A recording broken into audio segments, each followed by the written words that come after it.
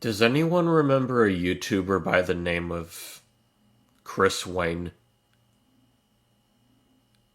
What a silly question. At least if you were on YouTube back in 2016 or so. Chris Wayne was sort of considered to be a nicer, more genuine version of YouTubers at the time, like Rice Gum or the Paul Brothers. Even being a part of his own Team 10 and Vlog Squad style groups known as the Vloggers Union, albeit this one was slightly lesser known. Chris would post all sorts of content, like Let's Plays and story times, and even true crime on occasion. He was a jack of all trades in that regard, but he would mostly specialize in that generic daily vlog type of content. But nobody talks about him anymore. At least, not like that. He's sort of been reduced down to one of those YouTube channels people bring up to incite fear or disturbance. Something more akin to Marina Joyce or Katie Up. Except knowing what I know now, none of the odd occurrences in his videos leading up to his infamous suicide livestream could have possibly been staged. For those unaware, Chris Wayne unfortunately passed away on the evening of August 15th of 2016 in a live stream where he committed suicide by slashing his wrists vertically before slicing at his own throat. He was 17 years old at the time of his death, just 1 year off from legal adulthood. It was a sad, horrifying loss for the YouTube community. Even with a loud minority of people mocking his death and re-uploading the infamous stream on various gore sites. Chris had a whole future ahead of him. A promising career. And yet he was in such deep pain, such sorrow, that he decided to end his life in one of the most painful, goriest ways possible. But why? Well, Chris had a girlfriend. Her name was Lisa Armando, and she appeared in quite a lot of his videos. Looking back now, a lot of the typical couple dynamics present within his videos on his channel featuring her seemed forced. Sure, it was subtle enough not able to be noticed by the naked eye, but once you start looking for it, you can't unsee it. And in the earlier videos near the start of Chris joining the Vloggers Union, things were more natural, albeit they just seemed so off. Like Lisa was somehow a puppeteer, a ghostwriter for everything that happened in those videos. That dynamic would last for a good while, until one day, a switch seemingly flipped, and Lisa started appearing less, and in the videos she did show up in, Chris had this constant undertone of pure fear and uncomfortability in his demeanor around her. In one video I remember from this period of time, Chris was doing a shopping vlog with Lisa, and everything appeared to be completely normal on the surface level. Chris and Lisa went shopping. Some shenanigans ensued. They had their couple moments. Everything seemed completely, utterly, entirely normal. But if you look beyond that surface level, you begin to notice a few things. One obvious example being that aforementioned fearful demeanor around Lisa that was present throughout a good 90% of the video. Lisa would sometimes get a bit too close to Chris, causing him to back away from her. Or Lisa would make a remark similar to, "And I don't get a kiss?" And Chris would cringe up, sometimes giving her one in an extremely uncomfortable manner. Knowing what I know now, I can see why. I can see exactly why. And he had every single right to feel that way. Despite the seemingly obvious uncomfortable dynamic between what seemed to be the essential mascots for the Vloggers Union and Lisa's seemingly never-ending personal spats between other creators, i.e. falsely flagging videos who slander her good name, petty drama that could have been resolved in private, that kind of thing. They were a fairly successful bunch. They were even supposed to have their own series of mobile games produced by Live Laugh Games, but that got canned shortly after Chris's death. In fact, none of them were even made,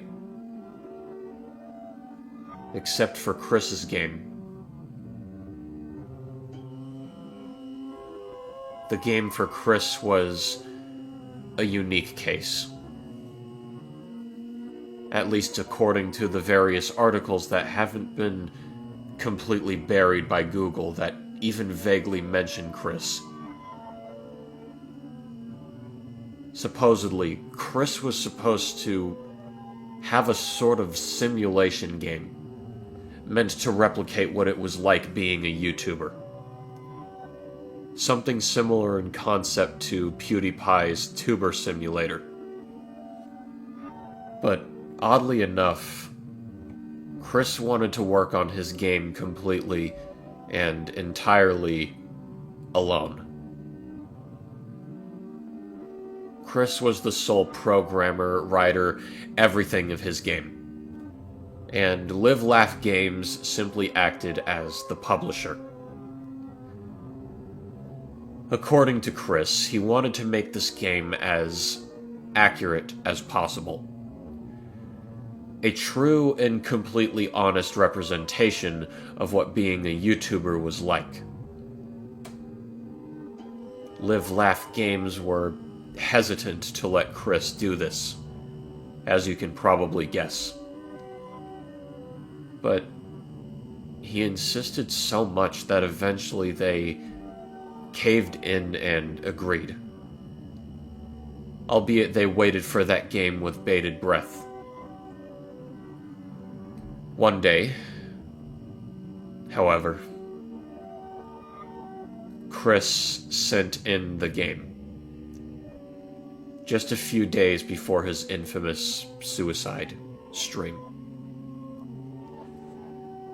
Live Laugh Games absolutely refused to publish the game, not just out of respect for Chris, but also because the contents of it were deeply disturbing. Not even an M rating or anything equivalent would save the game from inevitably receiving the ban hammer on all major mobile gaming stores. The then CEO of Live Laugh Games, when asked about it in the more recent articles, says that even to this day, that game has never truly left his mind. It hasn't left mine either, to be honest with you. I was honestly debating on whether or not I should even post about this, about the ethics of it all. But I feel like this is a story that deserves to be shared. What he went through, what's present within the game, is something many people unfortunately go through, and today something like this is dumbed down to mere jokes and memes. But it affects people. It affected Chris. My memory upon first finding the files to this game are hazy. I was on autopilot for most of the day, just doom scrolling on the internet until I deemed myself too tired to function and went straight to sleep. But somehow I ended up on the Internet Archive. And I guess some disgruntled Live Laugh Games employee or absolute god-tier lost media enthusiast must have been on the site that day. Because I happened to stumble upon a file by the name of Chris Wayne's YouTuber Simulator 2016.apk. I didn't believe it at first. There's no way, right? Was this a fake? I thought it was a fake at first, some poor fucked up attempt at trolling, but honestly, I wish it was. I looked at the app icon. It was a pixelated version of the YouTube logo, but instead of there just being the play button, it was a play and pause button sort of mixed together, if that made any sense. There was one screenshot, the one attached to this post, and the only screenshot I feel okay with sharing. The description was just this phrase. Because I want to reveal the truth. I don't know what overcame me. Maybe it was morbid curiosity, maybe it was fate. Who knows? But I downloaded the file onto my computer, opening up BlueStacks as I waited for the download to finish. As soon as it did, I opened it up almost instantly, filled with some form of dreaded curiosity. There was a loading screen for a bit, before a cartoon illustration of none other than Chris himself faded into view. Upbeat music, presumably from either a pre-existing game or a royalty-free website, playing, as buttons to start a new game continue from the previous file, go to the options, or to go to either an in-game store or the App Store. This button just said, Store. And I wasn't able to press it for reasons that will be explained shortly. Slid into view. All the buttons I pressed just made the game glitch out like crazy, crashing the game and even my computer when I tried to press continue. That was frustrating. But anyway, the only button that worked was the new game one. And so I clicked that.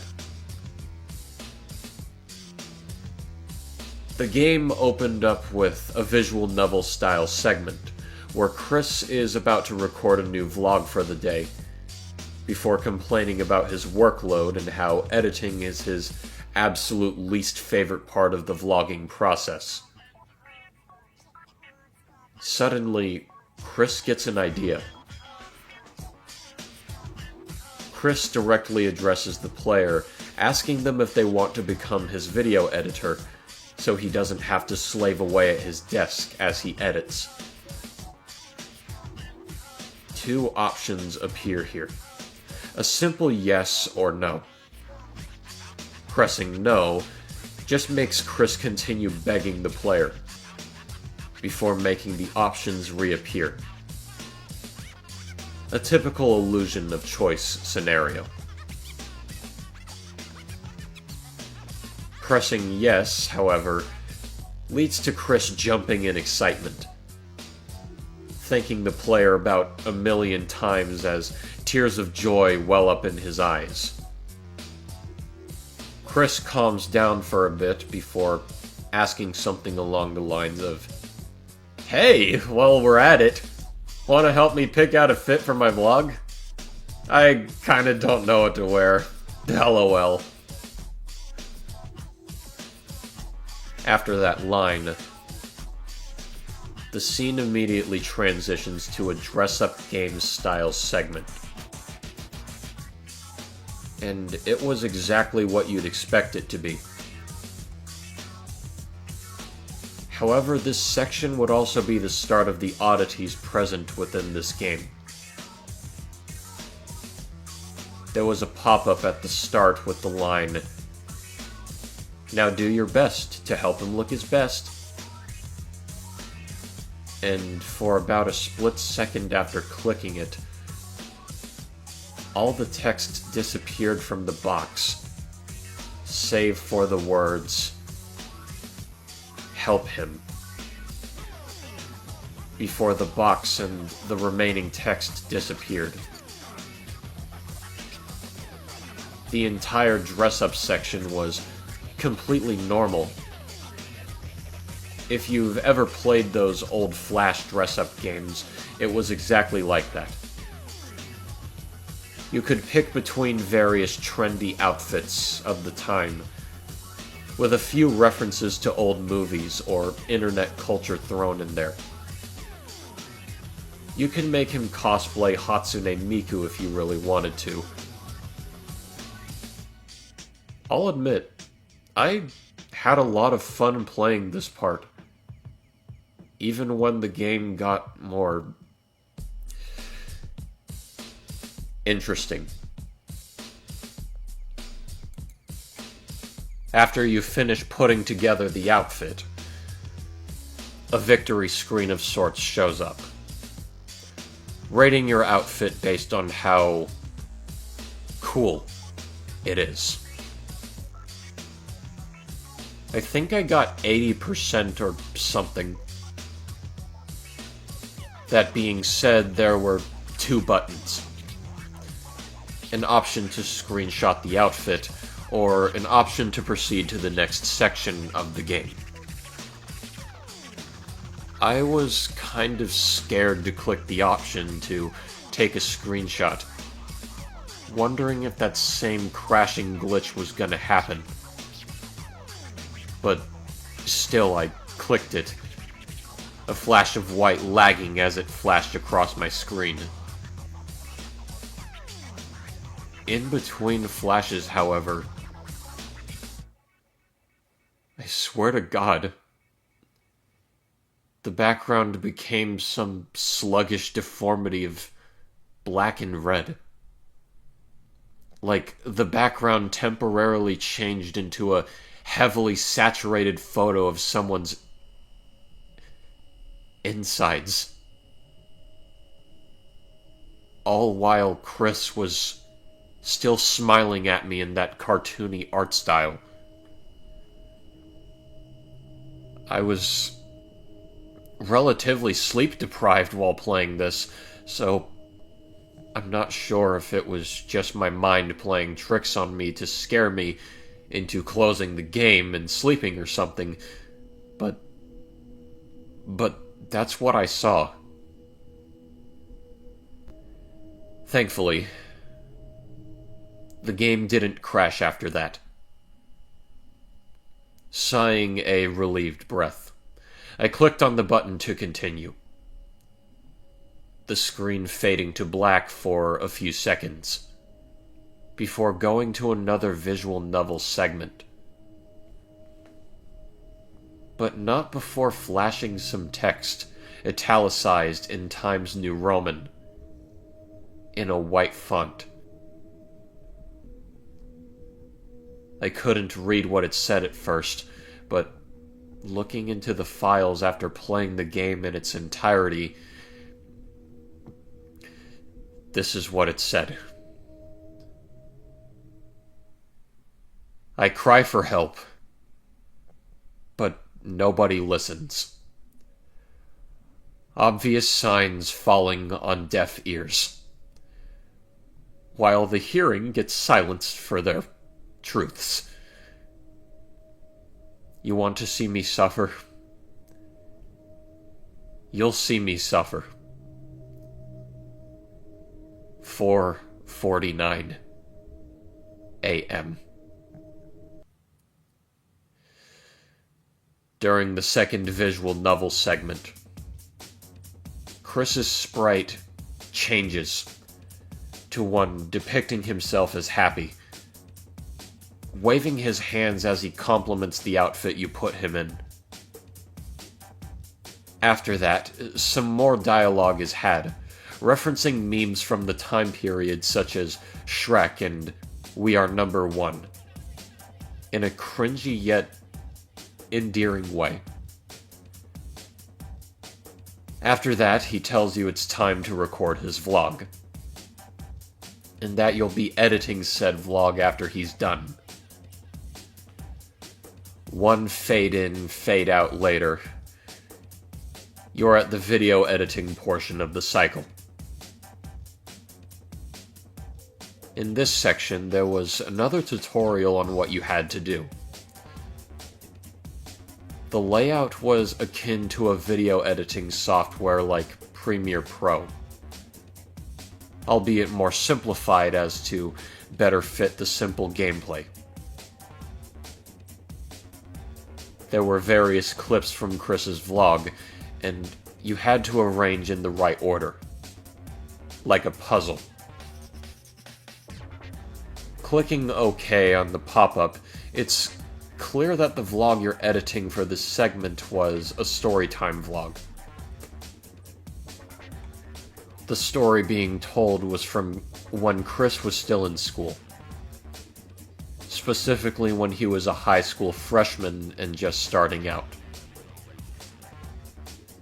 Chris told the story of how some neighborhood jerks who regularly teased Chris were weirdly persistent on Chris trying weed, with him denying their offer multiple times. Annoyed by this, Chris started taking the long way home just to get those guys to leave him alone. One day, however, a sophomore acquaintance from his school suddenly started giving out brownies to people. Chris remarks how he probably should have seen what was coming considering that it was April 20th. The obvious happens. Chris's parents get pissed at him, thinking he came home high on purpose, and he finds out that it was all orchestrated by the previously mentioned neighborhood jerks. A funny story, though it's odd to include something so heavily focused on weed in something that's supposed to be for all ages. But that's the lightest subject this game will throw at you. After that section, yet another visual novel segment starts. Chris expresses excitement over the video you edited for him, thanking you about 1,000,000 times over. He then tells you that he's tired before the screen fades to black. marking the end of the first cycle. However, there's something weird in between the cycles. What follows is a phone call between Chris and Lisa. The call is cold, uncomfortable. I could feel my throat tightening as I listened to it. What follows is a paraphrased recount of the call. Hello? Hey,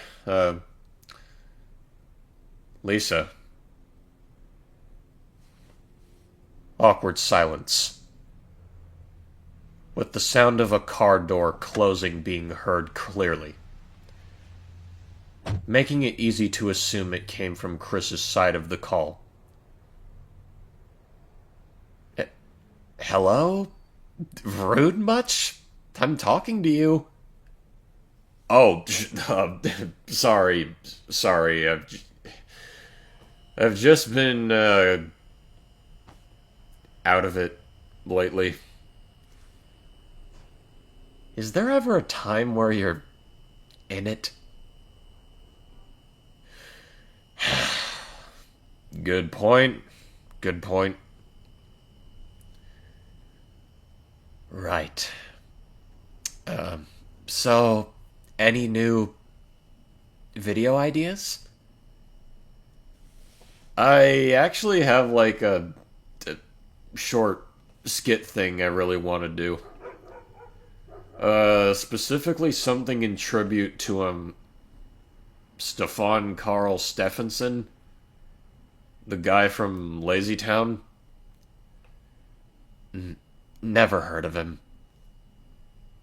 Oh, well, he's dealing with a lot right now. A lot meaning, cancer. Uh-huh. Well, Lazy Town is a popular, meme right now. Specifically that one song, We Are Number One.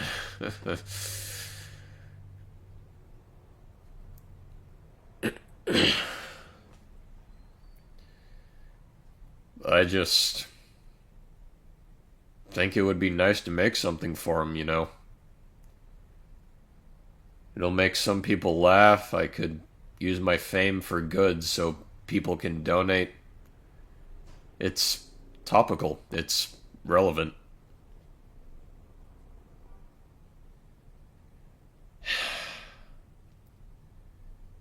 Nobody does skits anymore, Chris. That's something you do when you're starting your channel in 2010.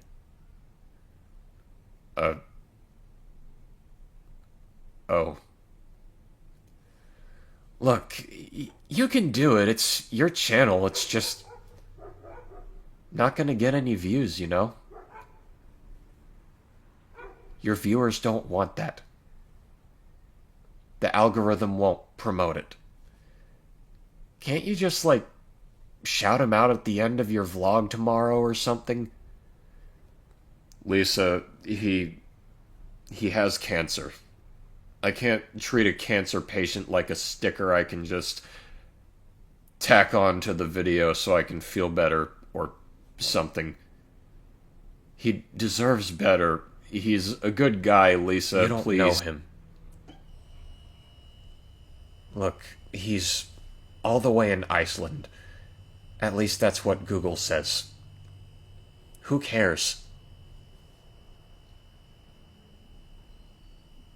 Exactly. Nobody's gonna watch this shit. Because nobody wants it. It's old news, Chris. A good YouTuber always gives the audience exactly what they want. You know that, right? Of course you do. Everyone does. Everyone with a brain, at least. Just my opinion, though. Sorry.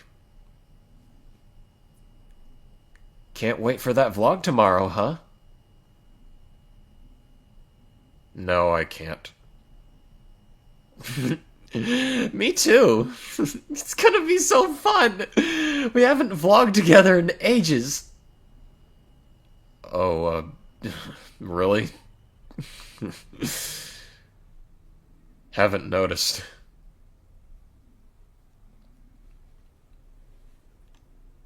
Oh, well, I should get going. Chad McDude's having another influencer party soon, and I have to finish my makeup. You want to come? Oh, no thanks. I got a video to edit. Lisa scoffs.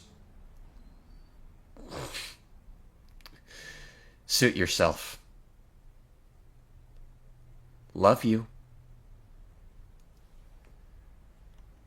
Chris just hangs up the call. After that, the game glitches for a moment before transitioning to the next visual novel segment.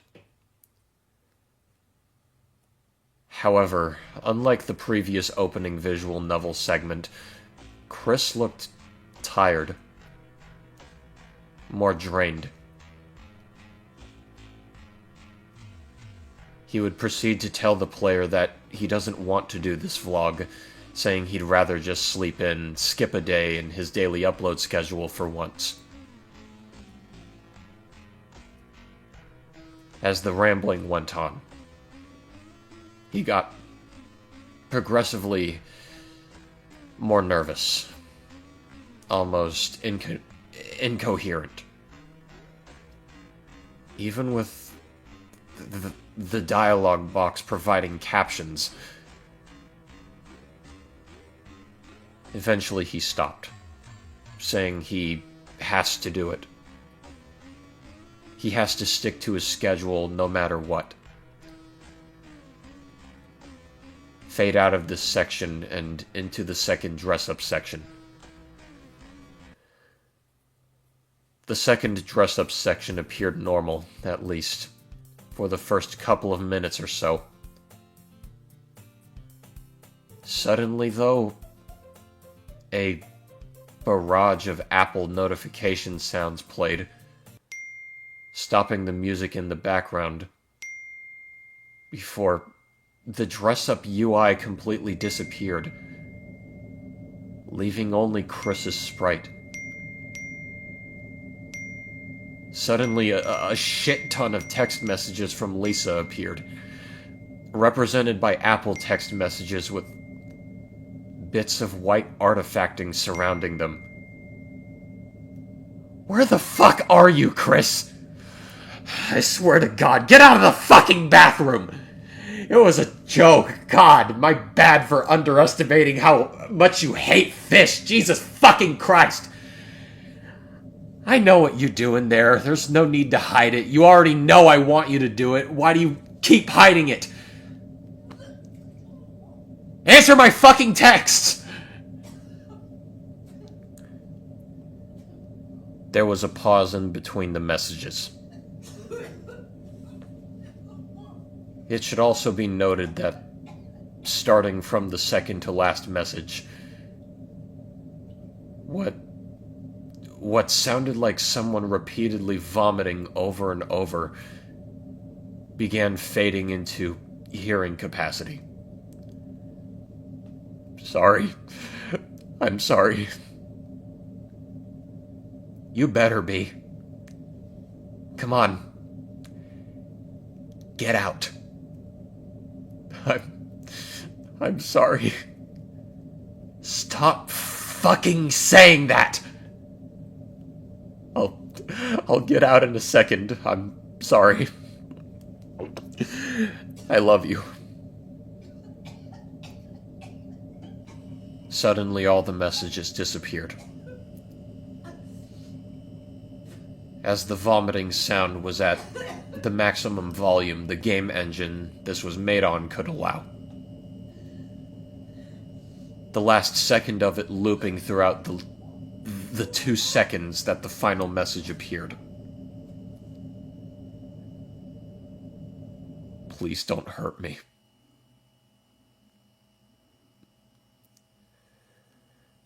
After that, the dress-up UI came back, with everything being normal, except for the now low-quality, pitched-down and reversed music. I continued with the dress-up section, albeit feeling progressively more uneasy, as white Times New Roman text started popping up in front of Chris's sprite, presumably being Chris's attempt at communicating with the player. Please don't make me record. You read those messages, right? She's going to hurt me. She's going to hurt me in ways you don't even want to know or begin to comprehend. The very sight of her makes me sick. She's going to hurt me. She's going to hurt me. She's going to hurt me. And so on. Each repetition of the previously mentioned phrase made me practically start speedrunning this segment. I wanted to listen to him, I truly did. If it weren't for my own godforsaken curiosity, I would have closed BlueStacks and let the file rot forever on my computer. As the disturbing, disgusting little secret it was meant to be. Hesitantly, I clicked on the button to finish the outfit, the victory sound effect being distorted. The silence after clicking it was loud.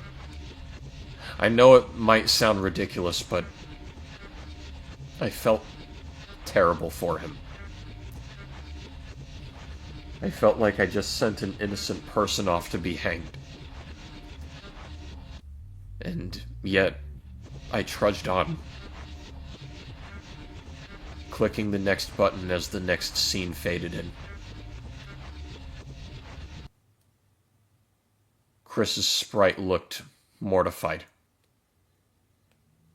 his eyes red and puffy from crying. The text box displayed ellipses as far as the eye could see. There was no music, just that same deafening silence from before. Suddenly he spoke. I have to record.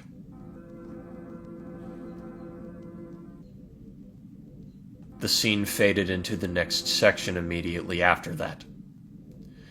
The vlog editing section. The vlog being edited was that same shopping vlog with Lisa I described earlier, beat for beat. In the corner of the editor, however, that same white text from the dress-up section returned, with Chris having more to say to the player. There's so much more that happened here. So much more I couldn't record, so much I cut out. You're lucky you're just getting the sanitized version. Do you ever think it's odd how me and her met? It was perfect timing. I wanted out from my shitty parents. Those people who shat on all my dreams in the name of academics. She provided an out. An out that pissed them off. I wanted to piss them off. And now I'm stuck in an objectively worse situation. The text disappeared for a second. It feels wrong saying it in writing, even if it is the objective truth. Well, if you aren't her anyway. Let's put it this way. She's been forcing me to do multiple things without my consent, or even knowledge at times, including what you're thinking of. I'm 17. She's 25. Figure it out yourself. After that, the text stopped, and my heart dropped as I realized just exactly what he was implying. I didn't throw up or anything, but I felt a nauseous dread throughout the rest of my playthrough because of that. I continued editing, pressing the button to be done. The music glitching right after I pressed it. There was no ending visual novel segment. Just a hard cut to a drawn picture of Chris sitting on his bed in the middle of the night. Various faded self-harm scars visible across his body. He looked mortified. And that same look of he just finished crying came back. Once again, he started speaking, crickets chirping as a dark, ambient track started playing. I just need to be saved. That's all I've been wanting for the past few years. But I'm stuck. I'm trapped in an abusive situation that I could have left at any time. But my fate was sealed when I ran away and got in her car. This is all my fault. It's my fault I'm suffering. But nobody wants to suffer. My channel's all I have. Making videos is my escape and my torture. My most healthy coping mechanism, yet my most egregious form of emotional self-harm. I deserve to suffer. It's my punishment for being alive.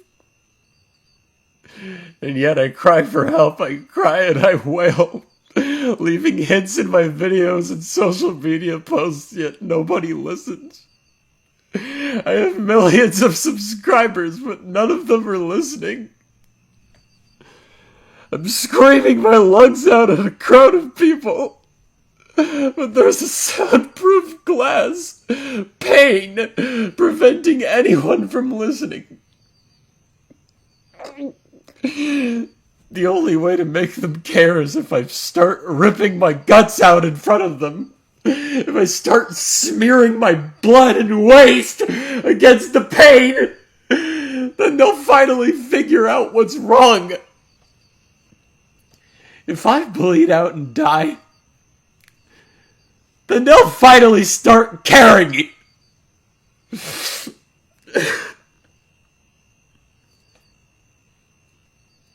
He paused for a few seconds. The music and cricket sounds getting progressively louder before abruptly stopping.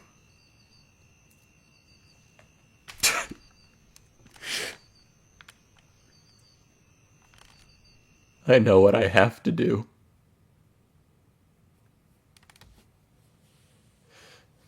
Following that, the game cut straight to the third and final dress-up segment. The music was distorted to hell and back, bearing a vague resemblance to the blaring sounds of an out-of-tune trumpet, rather than the usual cheery chiptune music of the previous two dress-up segments. Chris's sprite was faceless now, and all the clothing donned pixelated splatters of dried-up blood, which seemed to centralize in the crotch and chest areas. Nothing else happened during this segment, no messages or anything, just a flash dress-up game in a horrifying, gory, flesh-like setting. Something more akin to Saya no Uda, to anyone familiar with that game. I finished the dress-up section and there was no sound.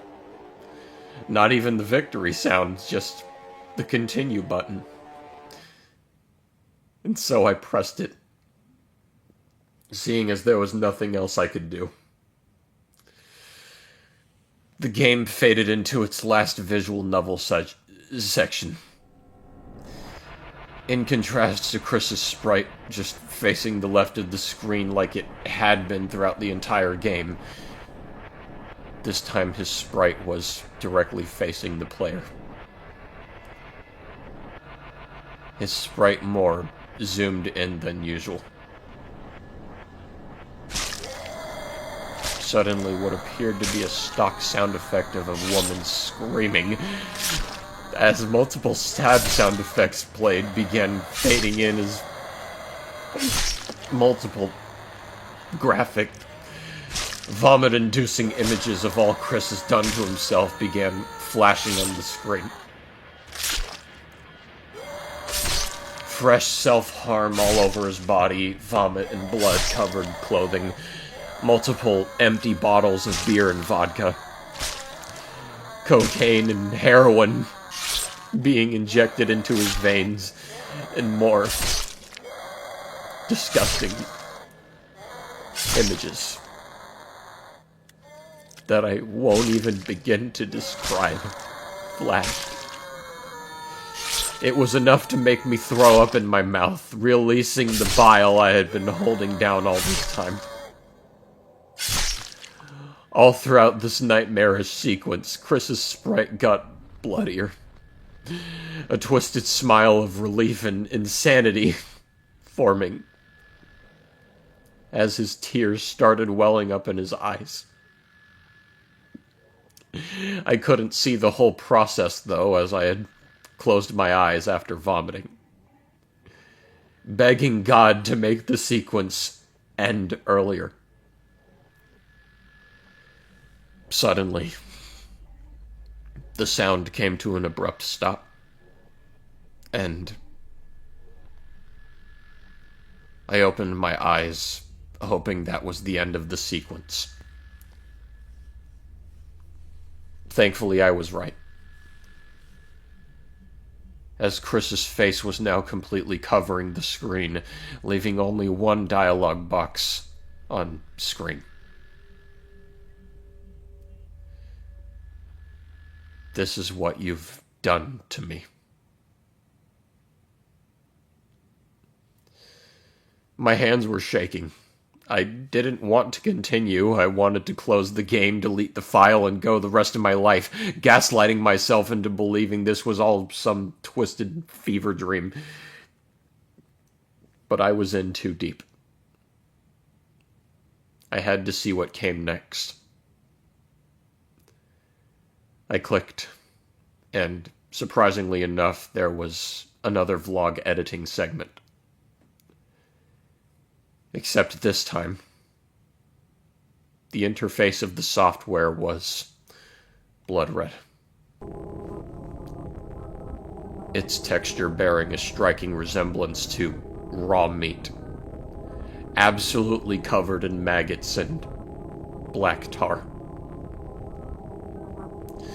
The video being edited was of Chris brutally killing Lisa, stabbing her to death multiple times with an already bloody-looking box cutter. Gone was the previously cheery music. Gone was any music at all. It was entirely replaced with gross, wet, squishing sounds, accompanied by what sounded like a real-life mental breakdown of Chris, complete with sounds of sobbing and screaming. White Times New Roman font appeared all across the right half of the screen, repeating the phrase, "This is what you've done to me," over and over. After all of that, there was one final section, but this time it was a rather choppy-looking, yet disturbingly detailed animation. Chris looked down at Lisa's now dead body. Blood everywhere in his room as he began shaking and hyperventilating, realizing the sheer amount of damage he had caused. Her blood and organs were everywhere, painting the stark white room in a dreaded crimson. It looked like the horrific love child of a slasher flick and a shitty MLP gore animation from the early 2010s. Chris started crying, but before he could get to sobbing, he reached for an off-screen gun. Chris put the barrel of the gun in his mouth before blowing his brains out. Upon this scene happening, the game finally glitched out, crashing the game, leaving one final error message in its wake. There's nothing left for me. I went back on the Internet Archive, desperately trying to find some sort of explanation as to what the fuck I just played. I wanted this to be some sort of sick, twisted, fucked up fan game that some greasy live leak obsessed motherfucker made for pure shock value, but I couldn't find it. Searching up the game by name didn't yield any results on the site. Looking through my history didn't help either. All it did was show me a 404 error page. I guess the uploader must have deleted it, pussied out last minute or something.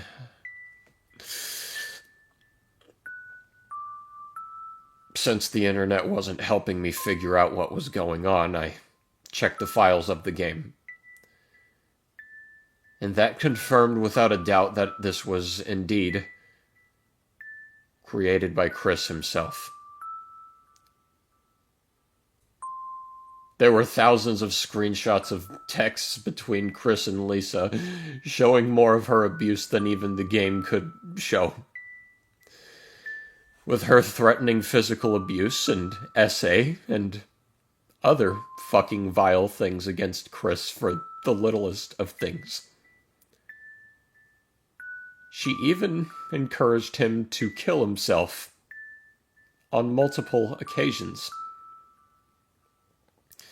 This was accompanied by various phone calls and voicemails of more of the same. There were even screen recordings of Chris going through his message history with Lisa, showing that he wasn't faking anything. His deep, panicked breathing being heard in the background of all of it. I was shocked. I was disgusted.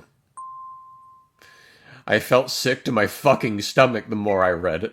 I sent all of this to an FBI tip line, since apparently the fuckers at Live Laugh Games were too worried about money, or whatever, to do it themselves.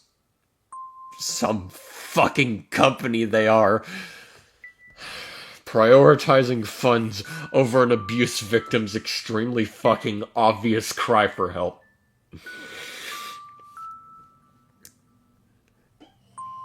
It was the best I could do. The guilt would have eaten me alive if I didn't do anything with what was in the files of the game. I'm not going to be sharing the game for obvious reasons. I don't want to expose anyone to the gross shit present within the game. I don't know how to end this, I truly don't.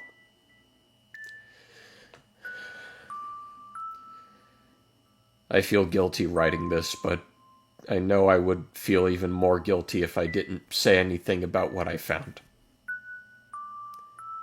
Lisa Armando, if you're reading this, I hate you with every fiber of my fucking being. I hated you before your annoying fucking brain-rotting content and shitty attitude, but even I didn't think you stooped this fucking low. Fuck you. I wish Chris killed you like he fucking planned to, you worthless piece of shit. I hope the guilt eats you alive.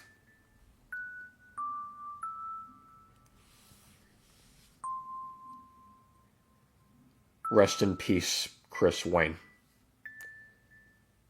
February 14th, 1999 to August 15th, 2016. You were a great YouTuber. I'm sorry you felt the way you did before your death, and I'm so sorry for how everyone in your life failed you.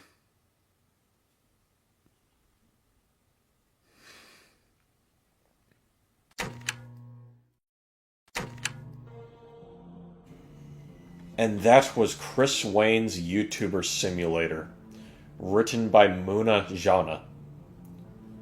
Review time. Okay, there are a chunk of things that I really liked about this story, and another that I really didn't. And mixing them together, it's hard to not give a rating that is somewhere around the dead center. The flaws I'm bringing up kind of hinder the performance of the story on a very rough note. And I will explain why. Starting with the positives, we have the beginning, the build-up. Built up exceptionally well. Despite the millions of subscribers Chris has, barely anyone listens, because it's likely his audience mainly consists of kids or teens. Like, it is mentioned in the beginning that he had this vlogging group somewhat similar to Team 10. And that would definitely garner a lot of attention from teenagers and children. And keep in mind, this was during a time where internet people were pretty stupid and careless. I should know, like, 2016 was a time where really bad commentary YouTubers showed up. Some of them didn't know what they were talking about. Some of them did not care for people's well-being. It was a mess of a time. But that aside, Chris and Lisa's age gap sadly, as concerning as it is, even today, could be let off with barely any consequences given. Especially considering Lisa's flag abuse to silence the truth against her. And even then, I'm pretty sure the audience did not know any of this was happening. People like this are real. And they do real, hurtful things. And, you know, that's why I like Lisa as an antagonist here. I really like her as an antagonist. She's a horrible person. And that was portrayed very well. I consider her manipulative to like a degree where she's good at putting on a show, as seen on the videos where she's involved with Chris. She's acting innocent, but clearly something's wrong. Then you get a good look at her even more behind the curtain, and she does all of this. From making fun of Chris's implied eating disorder, I have two theories on what was going on there.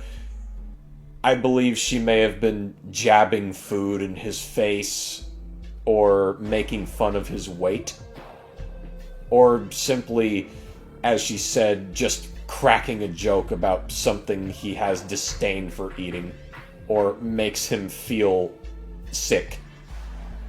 Those are just theories, but it goes from making fun of his eating disorder to essentially making Chris's livelihood, the thing he enjoys doing the most, all about her instead.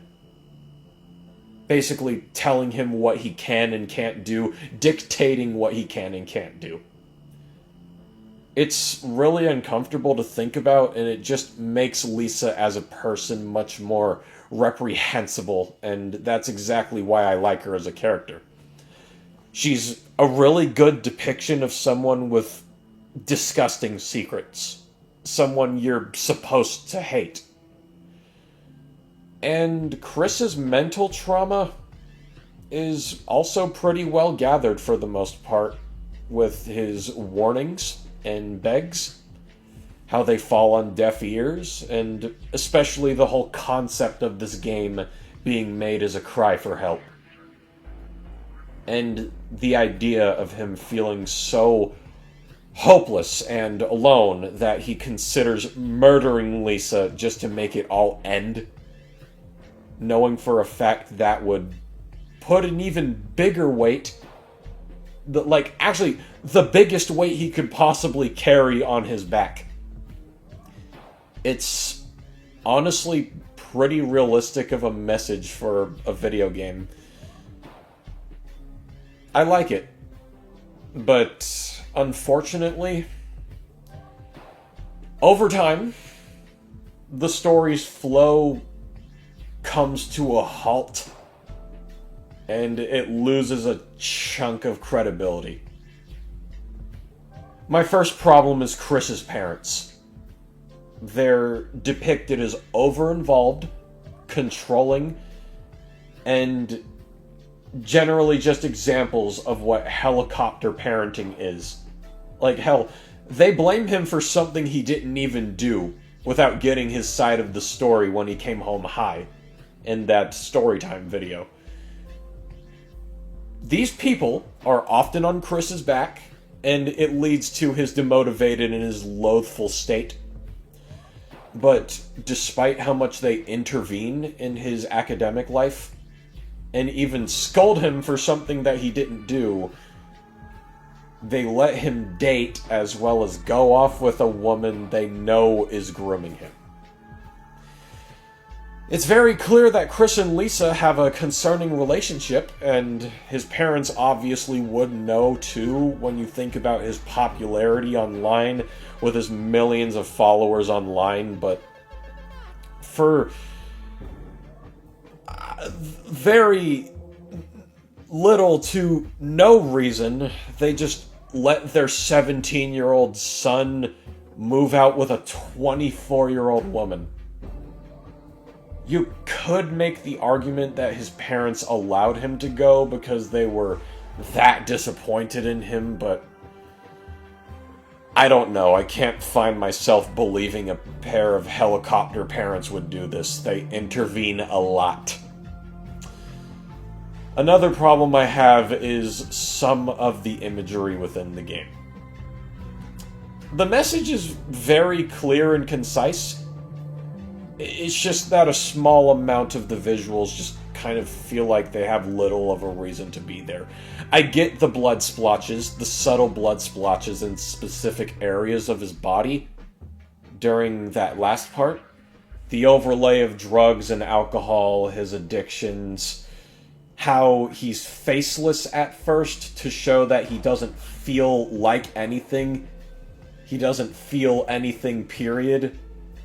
And believes that if he finally does kill Lisa, he'll feel some semblance of relief, temporarily, of course. I get all of that. But why does his room have to be covered in guts and gore? Why did the interface of the editing software have to have this rotting, maggot-infested, meaty texture? I get that Chris said the only way he can get people's attention is by ripping his guts out in front of them, and that may be linking back to this, but why did the entire room have to be coated in it? Like some depraved Sayano Uda setting? Maybe there's something I'm not getting there, but I don't see why the setting should look like that. And for the biggest problem I have, Chris's whole involvement with Live Laugh Games. I'm sorry, but this takes away a lot of validity of this actually happening. So you're telling me that Chris coded this entire violent revenge fantasy from scratch to showcase what it was like being a YouTuber in his eyes, and he somehow expected a full publishing group to give it the okay? Why in the world did Chris expect this game to be made public, knowing exactly what he put in the base game and inside the files? Further adding on to that, this group of adults had to playtest this game and see Chris's suicidal ideation, the very obvious grooming practices from his girlfriend. Maybe they looked into the files and they saw Lisa literally pressuring him into killing himself. And, like, the fact that he literally threatened to murder her, let's not forget that. And they did absolutely nothing about it. They did nothing. They just said, no, you can't put this on the App Store. It's even more frustrating when the protagonist of the story claims that they canned this title out of respect for Chris, and then proceeded to say they cared more about money in the end, as if they forgot what they said. It's very frustrating, and it takes away the chances of believing this is an actual game, or this could have been an actual game. I would have believed it more if Chris made this independently and, say, posted it on Game Jolt and promoted it on his channel or something like that. He does have millions of subscribers, like he said, and like the protagonist of the story said. But I don't see this happening, I'm sorry. With that being said, I am going to give this story a strong 5 out of 10. Not the worst, but not the best story either. Keep writing, keep improving, as we always say. And Moona, if you are watching this, good job on handling subject matter as sensitive as this. with care and respect. I applaud you. Anyways, this is simply my personal opinion, as always. We all have our opinions regarding these creepypastas. What did you think of the pasta? What would you have done to improve upon it? Feel free to leave in the comments what you would have done. And as always, I will see you all in the next narration. I love you all. Bless.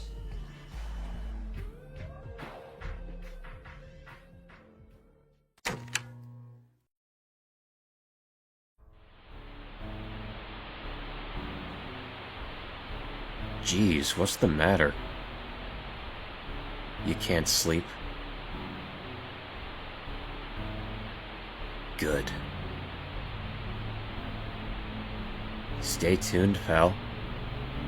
You're watching Lafawndapasta.